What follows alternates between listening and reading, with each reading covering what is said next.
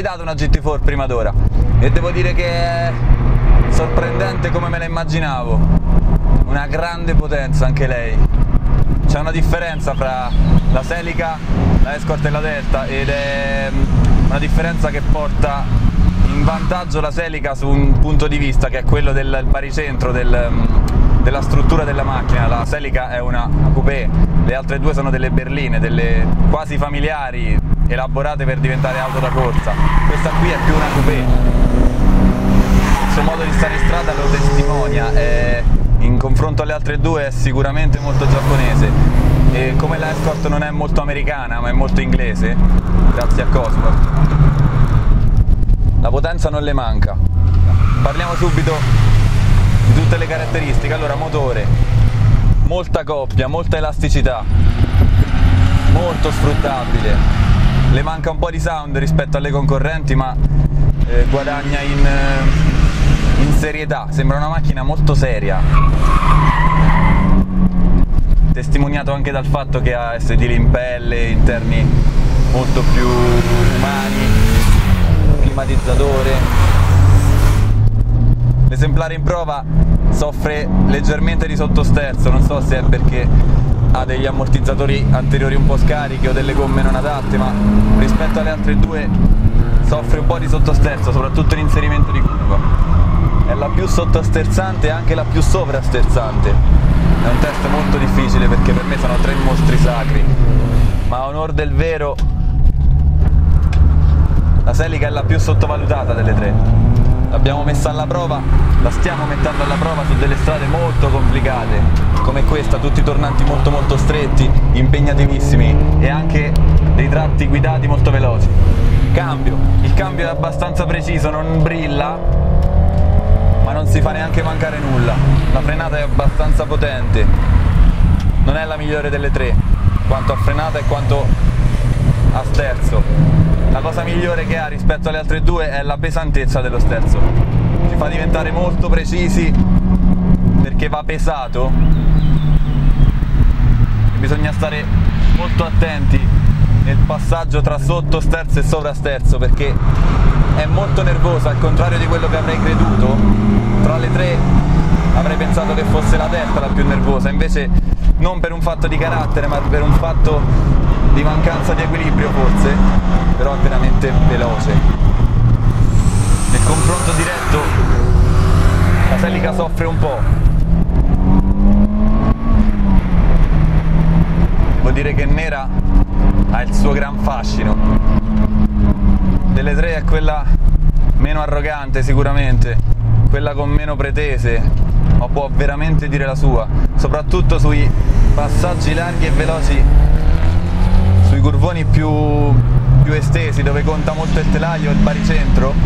Non fatica a trovare la coppia. Se avessi già una Escort e una Delta comprerei anche una GT4.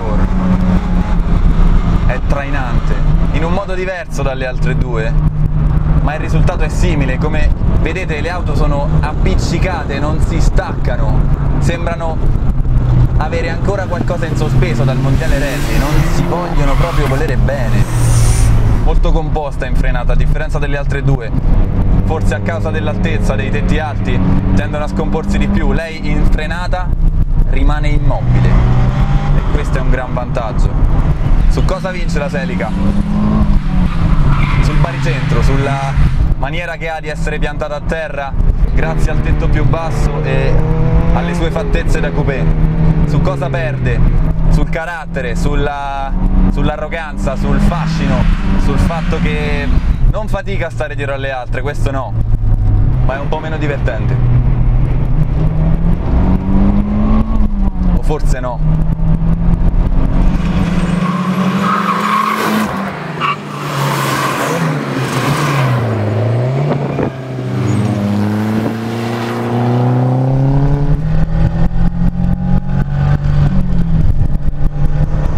Vederle in faccia si direbbe che è la Delta la più cattiva, però la Escort le dà veramente grossi problemi quanto a percorrenza e quanto a cattiveria. Questa è una vera concorrente. C'è una cosa in cui la Escort stravince ed è lo sterzo. Ha il cambio peggiore, e ha lo sterzo migliore. Quanto a motore se la battono lei e la Delta.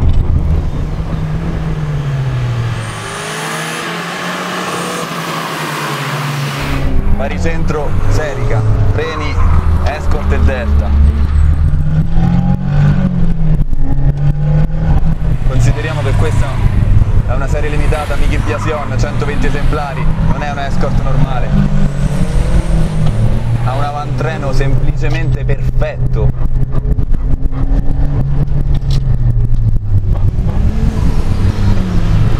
C'è lo splitter anteriore che tocca praticamente sempre. Non posso schiacciare il pedale del freno fino in fondo perché staccherei l'asfalto da terra.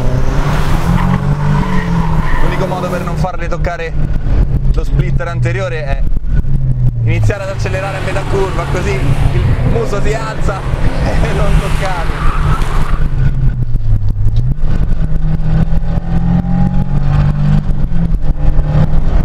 Eppure ho provato la Escort di Bulldozer che ha il doppio di questa qui quanto a potenza, eppure stupisce anche lei. Mamma mia. L'effetto rally sulla Escort è più accentuato che sulle altre. La sensazione di stare veramente a correre in una prova speciale sulla Escort ti fa sudare, ti fa veramente sudare. Se dovete scegliere quale comprare, non vorrei essere nei vostri panni, compratele entrambe.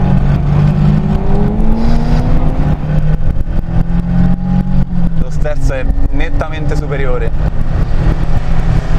Sono tre sterzi molto diversi, uno è molto leggero, quello della Delta, questo è molto preciso e quello della Celica è molto pesante, quindi sta al vostro stile di guida decidere quale. Le frenate sono tutte e tre potenti, i motori sono tutti e tre potenti, ma in modi diversi. Esteticamente preferisco la Delta. Se dovessi provare a fare un tempo, sceglierei la Escort.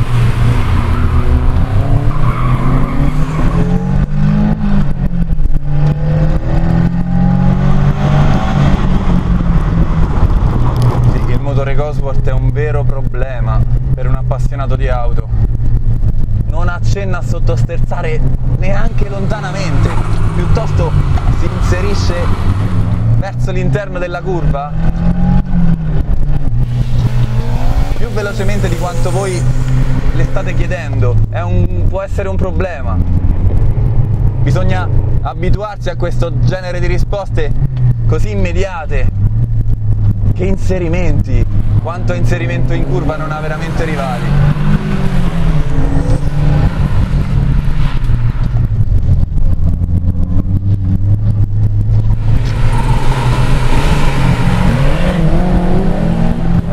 Dura decidere, infatti non lo farò.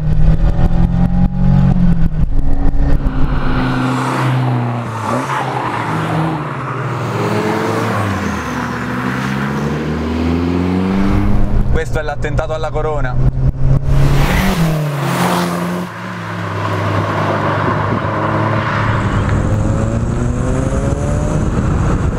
E lei la conosciamo bene. Terribile. È già tutto un altro sterzo rispetto alla Toyota, è già tutto un altro carattere. Intanto è tutto molto più alla portata, tutto molto più da macchina di macchina civile. Cavolo, mamma mia, incredibile. È sempre come la prima volta. La chiacchieratissima, criticatissima e amatissima Delta è la più meccanica delle tre, senza dubbio, è quella che ti fa sentire di più la meccanica. Questo non vuol dire che sia la più veloce, non parliamo delle versioni da rally, delle ufficiali, delle gruppo A, perché lì la storia parla chiaro. Qui parliamo delle macchine stradali. La Delta stradale, lo sappiamo tutti, aveva tanti problemi, il telaio si crepava, è una macchina che sta più dal meccanico che in garage, però signori miei, che roba!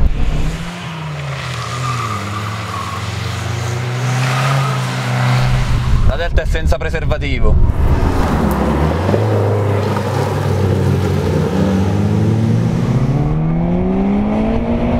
Si sente tutto. Che coinvolgimento incredibile. La Celica non dà questo coinvolgimento. Qui è tutto hardcore. Noi ormai ci conosciamo bene, mi posso permettere quasi di darle del tu, ma è un'auto che avrà sempre i suoi segreti. Quello che non è segreto è la sua potenza.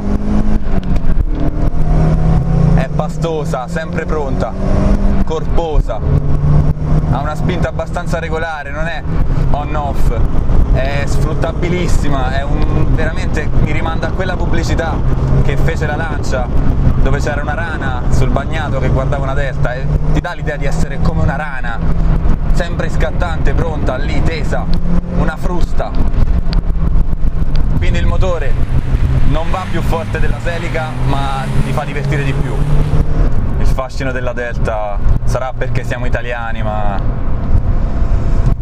nonostante tutti i suoi difetti, nonostante sia delicatissima e inutilizzabile tutti i giorni per la maggior parte dei modelli, perché poi ci sono alcune persone che sono fortunate e la usano tutti i giorni, ma altre che l'hanno venduta per disperazione, è una macchina complessa, complicata, difficile, però come amiamo noi la Delta è un amore raro. Se dovessi comprarne una per le prestazioni e per il piacere di guida, credo che comprerei la Escort, ma vorrei che avesse tutto il resto della Delta, vorrei che avesse il fascino della Delta, il rumore, l'arroganza. Alla fine di questo test devo dire, comprerei sempre una Delta, nonostante tutti i problemi che conosciamo, però la Escort le dà veramente tanto filo da torcere, veramente tanto.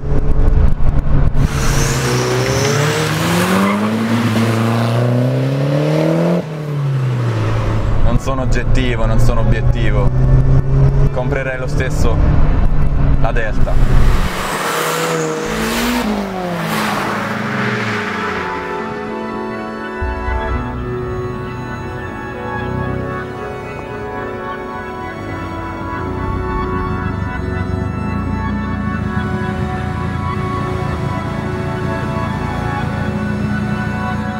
Le ho guidate tutte tutto il giorno e adesso che è il tramonto non posso fare a meno di stare qui in pace a guardarle per trarre le mie conclusioni.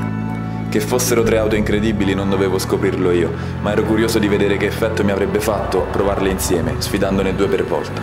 Abbiamo avuto anche 2 ospiti illustri durante il test e per non farmi mancare niente ho guidato anche loro. Adesso posso dirlo, credevo che la Celica mi avrebbe conquistato e che l'avrei preferita contro ogni pronostico, ma non è stato così. Non dico che le altre 2 l'hanno messa sotto, perché non è vero. La GT4 fa esattamente quello che fanno le sue 2 rivali, ma lo fa con meno enfasi, più silenziosamente.